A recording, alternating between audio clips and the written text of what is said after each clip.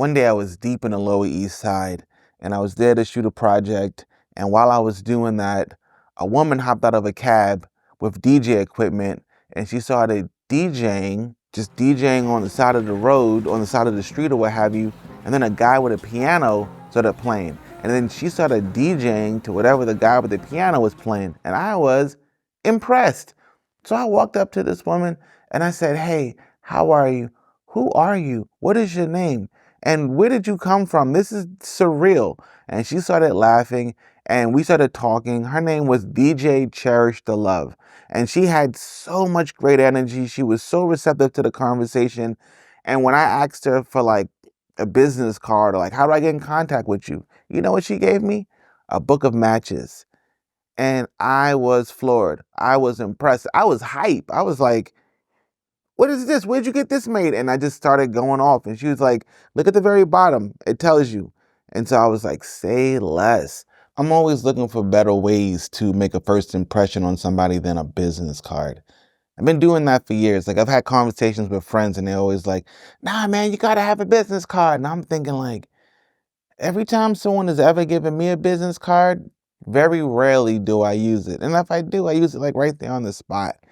So me, I'm always like, all right, I'll have them as a formality most times, but not really, especially now. And even when I did make my business cards, they were, even in themselves, they were kind of rebellious. Like I would do like a white business card with like clear coat.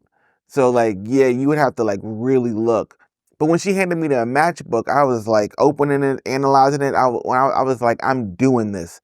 So the moment I got to the house, I just went to the website.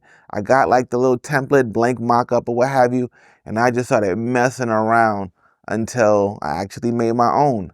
And the funny thing is, and I don't know if this is the same price, but for like $200, I got 2,500 books of matches. Do you know how many matches that is? That's a lot of matches. But when I tell you about the impact, when you give somebody a book of matches, let's just say there's 20 matches in that book. There's 20 times for them to see you and think about you, whether they light their candle, their weed, a fuse, or whatever. They have this book of matches that has your information on it. And if you design it well, you're part of their routine. So they light a candle every morning, you're in there. So I'm not saying don't have a business card, definitely have them on deck, but go just a little bit further.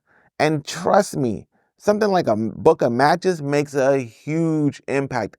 Everyone I've ever given a book of matches to has smiled very big. And at one point, because I was doing these books of matches to promote my project, New York Said, I had so many, I was giving them to bodegas. I was like, listen, can you give, if someone asks for a match or they buy some cigarettes, can you just like give them a book of matches? And it was like, yeah, no problem. How much? I'm like, no, I'm just giving it to you. And it's like, even better.